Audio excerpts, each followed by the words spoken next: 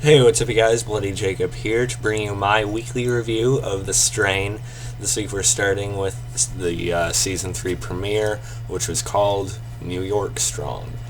And I've said this in every Strain video here and there I've done throughout its break since season 2 ended, but The Strain is just one of my absolute favorite shows out there. It has its critics and haters, just like every other show. But I think it's one of the best series out there, no question, when it comes to the writing, the acting, the effects, just the story in general. It's building something really great. It's already been really good to me. And I'm just happy to keep on talking about it. I plan on reviewing every episode of this season. Can't promise they'll all be on time like they were previously, though, because I do have a job now, so I won't always have a Sunday off. But I can promise I will get a review out to you guys of each week's episode as soon as I can. And I'm really happy to be back into it. I reviewed every episode of season 1 and 2, and I plan to keep that up as much as possible. So yeah, let's get right into the episode. I thought it was a really good one. I don't know if it was like one of the best episodes ever or anything, but it's definitely a really fairly strong start to the season, I think. And it had a lot going for it. It got us back in touch with most of our characters anyway, minus Dutch and such. But it seems like from next week's description we'll be seeing more concentration on her again, which should be interesting.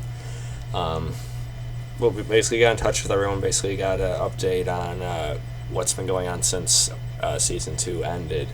And I think I read an article saying somewhere it's been about 2 weeks since season 2 ended in the story timeline. And we get this opening sort of narration from Setrakian. We get those like once or twice every season. We got them at the beginning of season 1, at the end of season 1, and same with season 2, I think. And we get it here. He says it's been about 23 days since the whole plane thing happened in the very first episode of the show, Night Zero. I still remember that. I love the show. Anyway, he talks about how they've tried to contain it to New York and such, but it's actually caused the plague to sort of focus and grow bigger within that, sort of shine brighter, as he said. So that's interesting. That kind of backfired, I guess. We also had Fet coordinating some Navy SEALs, going to various like strigori hotspots and sort of wiping them out. They're trying to go inch by inch, sort of trying to find the king rat, or essentially the master, but they can't really make them buy into like all the mythology or the lore and stuff like that. But it's good that they're actually starting to buy into that. There actually might be a leader manipulating everything, so that's definitely in the right direction. No matter what they think it is, as long as they think there's like a main thing behind this, then at least they're on the same page in a certain way, right? So it's cool to see Fet sort of coordinating on here. It's because of his, of course, knowledge of New York and its architecture and such, and so that's a really smart thing. So it's cool to see the military and Navy SEALs coming in, and shooting down a bunch of them. Of course, probably using silver and such. So that's cool. We also had a new opening credits sequence, which was nice. It's a lot of like gray and yellow mixed in with some red here and there, and I think it looks really cool. But yeah, that's another little note about it. Also, a very bright shirt for a review of The Strain. I hope to order a Strain shirt at some point soon. I should have it by the end of the season at least, right? But anyway, we see F. Of course, Ephraim, he's at his old house. And, it tricked me a little bit because we see this, basically this dream sequence of, of course we know what he's doing there. We haven't really talked about Nora yet, but, I think that'll come up a little bit stronger in the season, once F sort of talks to the others again or something like that. But, basically I was reading an article about this before, and you can tell without reading an article too, but F, of course, is greatly, impacted and affected by Nora's death, and he's basically been drinking himself, into more of a whatever since then, and he's essentially waiting for Zach there, because, Zach's been taken, and he's just waiting for him to come back as a strigori and, look for him, and his first guest will be at the old house, so he's waiting for him there. and we see this dream sequence of Zach actually showing up as a strigori, and I thought for a second it might actually be the case. I've heard some things about where the books go with stuff, with different parts of the story. I haven't read them myself, but as you guys know, with the death of Nora last season, she never died in the books, as far as I know. Sorry for anyone who hasn't read the books. Sorry. As far as I know, anyway, she doesn't die in the book, so it was a major surprise to see her, of course, be killed off in the season 2 finale. So I wonder how much more they're going to diverge from the books. Are we going to see other character deaths that don't occur? Are we going to see character deaths that occur in different ways? I don't know. It should be interesting. I'm glad the show is sort of still mimicking and going along the same path as the books, but having little differences, sort of make things a little more unpredictable for everyone. I like when it does that, along with the Game of Thrones and Walking Dead when they do that as well. And that was affecting, but of course he wakes up and the police come in. Of course he's bald now, and so they question if he's one of them or not. He has to, repeat these prepositions and such. So that's kind of fun. And Justine Feraldo, of course, the councilwoman, she visits him, and she talks about how she found out from several men that he was at this house on a certain street. Of course, I don't think she's aware of that. That's his ex-wife's house and such like that, or their old house. I mean, she probably should, though. It should be like general information. But she says how he's too important to the fight. He can't just be like out there in a random area, just like at risk, from any random occurrence whatsoever. But after, he doesn't really care at this point, and he sort of has his own plan of what he wants to do. And we also find out the bioweapon they sort of created in season 2 is actually becoming less effective, and this brings up one of the main points to think about, sort of from this episode, is that the strigori are adapting and, actually becoming physically faster as well, and they're becoming smarter, able to sort of like attack and more. I don't want to say tactical yet. That's probably a little bit too much to say right now, but they're starting to move in a little bit more of a clever ways, so it's going to be interesting. I wonder how extreme that could get. It could be very deadly. So there's that. Because before F had known the thing had worked at 100%, now it's down to like killing 75% of them when they use it. So yeah, that's something definitely to worry about. So there's probably something within their blood that makes up their biological whatever, that actually causes them to adapt, and I'm looking forward to seeing more of what's actually going on with that. And F records talking about that, and he's actually trading medicine, I forget what it was exactly, but he's trading with general medicine stuff for supplies like cans of soup and tuna. And they're saying when the police came into the house, they're saying how he could use that ID to get him like the best food they have left at the best centers they have holed up.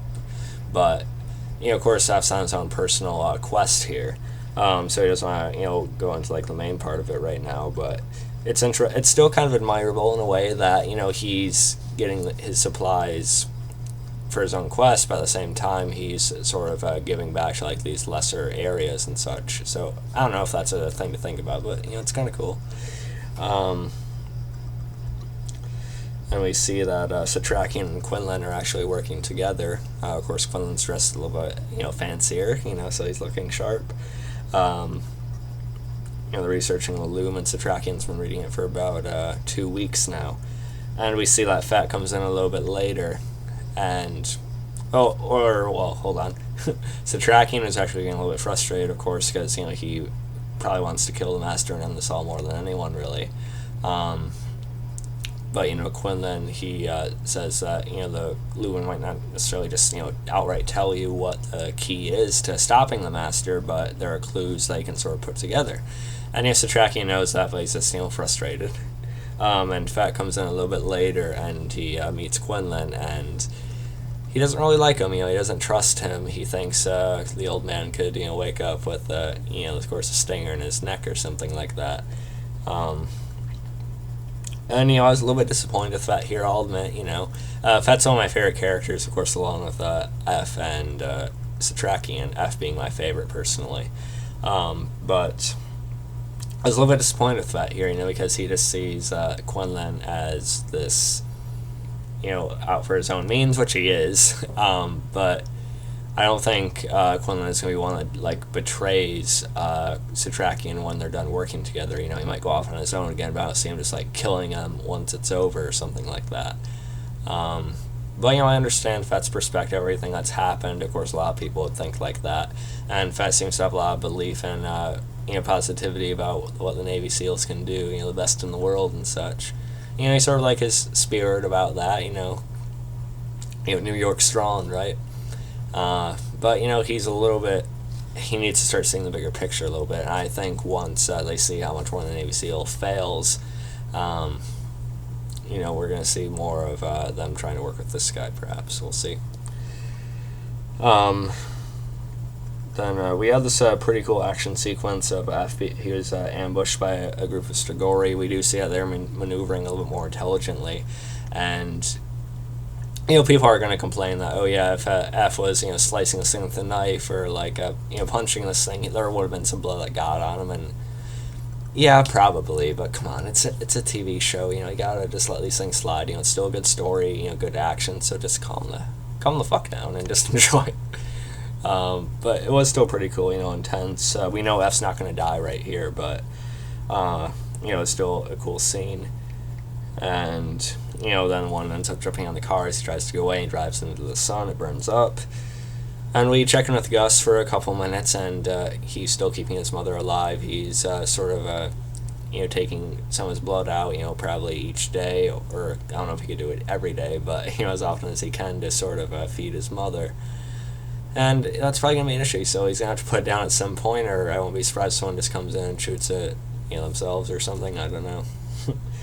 But, I understand what he's going through. He's just not wanting to let go of her. He's trying to hold out for, some miracle, perhaps. It's understandable, of course, any loved one.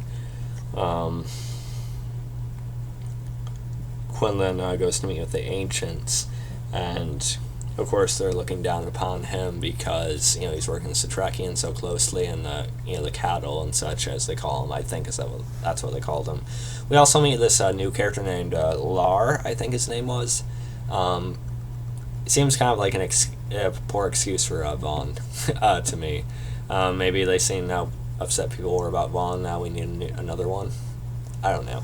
I like Quinlan, but I still wish they would have went with the original plan for Vaughn, which was essentially for Vaughn to be Quinlan in the first season, but then they changed it for season 2 and had Vaughn killed off for some reason. But of course, Lara seems like even more of a yes man to the ancients here, and Quinlan, so he's not quite as interesting. But Quinlan, it says he has no allegiances, and Setrakian is a thief, and going about it in certain questionable ways, but he's a fighter, and that's more than I can say for the ancients and Lar here. But of course, Quinlan reminds them that he has no allegiances and that he's on his own, and whatever works to stop the master, he's going to pursue and use that to get to him. Let's see, we talked about Fet visiting Setrakian. I kind of talked about that out of order, but of course we have Fet, of course, working the Navy SEALs to coordinate another assault. One of the main troops says they're there for 2 more days, and there's no promise of more troops, and they're going to leave. And basically that New York is apparently sort of written off. It sounds like a lot of the government and the rest of the country is trying to sort of give up on it a little bit. Jeez. That's not going to be a good call, boys. Anyway. They of course, go into this routine clear out, supposedly, but Eichorst walks in, and they think, oh, he's just it's a guy walking around here, Fet. What do you think about that? Of course, they had Fet stay outside, and of course, Eichorst, sort of starts running around, and they chase after him. Of course, he's really fast, even faster than a speeding bullet, as Fet says. And if they would have shot Eichorst right then and there, they might have got him, but no. But of course, Eichorst is a great villain, but come on, shoot him. Eichorst leads them into basically this ambush, and the master, of course, in Bolivar's body, he shows up and slaughters them one by one, and some pretty intense and creepy shots, which is really cool to see. And we even see this guy gets torn in half. We don't actually see him get torn in half, but we see his body laying there, in half. So that's cool. And then we had Zach and Kelly. We see that Zach is still a human as far as we know. But he's aware of what Kelly is, but he just wants his mother. We understand what the kid's going through, but he is still a frustrating character, I'll admit. And I do wish they had kept the original actor from season 1, but, what can we do? I don't think it's so much like Max Charles being so terrible. I think that it's more of the writing for the character that's frustrating. But I do think Ben Helland, the original actor, was a little bit better at conveying our sympathy for Zach. But again, it's not like it's our favorite part of the show anyway, so let's just go with it. Kelly says the master will let us be together, but I gotta do something for him. And then, of course, F is sitting at the house again in the last scene of the show. Also in that sequence of the ambush with the master, Fet coming to try and help him out. He seems to be enjoying using the machine gun with the, the silver and such. And Eichorst taunts him and he, flees, of course. What else does Eichorst do? You guys remember how frustrated I was with Eichorst always fleeing in season 2, like at the Battle for Red Hook especially. But, Eichorst will get his comeuppance eventually. But anyway, in the end of the episode, F's sitting by himself in the house again, and this time he actually gets some visitors, and it's Kelly and sort of the children of the night, the blind children that returned in season 2, and they corner him, no real way out, too many of them, and too many different angles, for him to actually make a move against one of them. Kelly comes in, she's able to talk to him a little bit, and F actually asks her if there's any part of her left in there, and she actually says that once in a while she does feel like this sense of void of like sadness, but then the hunger quickly drives that away and she focuses on what the master wants her to. And Kelly basically says it's either Zach or the Lumen. F, I guess, has to get a hold of the Lumen, give it over, and he'll get Zach back supposedly. And that's basically what ends the episode, and that's a really interesting proposition. I think F will try, and that's going to put him on a collision course with Setrakian, Fet, and Quinlan. So that's not going to be very easy to do. I don't think he's going to be able to do it, of course, but I understand what he's going to try for here. But even if he got the Lumen, I don't think the master would really let him go. He'd probably just end up killing him. But I don't think F is dumb either. But we'll see where this goes. It's definitely gonna make him go back to Setrakian and the others, and it's gonna be interesting to see how he goes about it. The conversation and such. And he might even figure Zach's long gone at this point anyway. But what's the father gonna do? But yeah, overall, really good episode. I enjoyed it. It's a good start to season 3, and I really can't wait to see where the season goes. Only 10 episodes this year, but I think it'll just make for an even tighter story for the season, and I can't wait to see where it ends up. It seems like it's gonna be more intense than ever. So yeah. Let me know what you guys thought about the premiere episode of Season 3. Leave some comments below if there's anything I forgot to mention or something else you would like to discuss more. I would love to talk about more with you guys. If you guys enjoyed the video, as I said, I'll be reviewing every episode this season as soon as I can each week. Minus work and all that, but as soon as I can, no matter what. And so follow me on Facebook, Twitter, and look for me on swoledead.com. I haven't said that in a while, but whatever. Like, subscribe, and peace.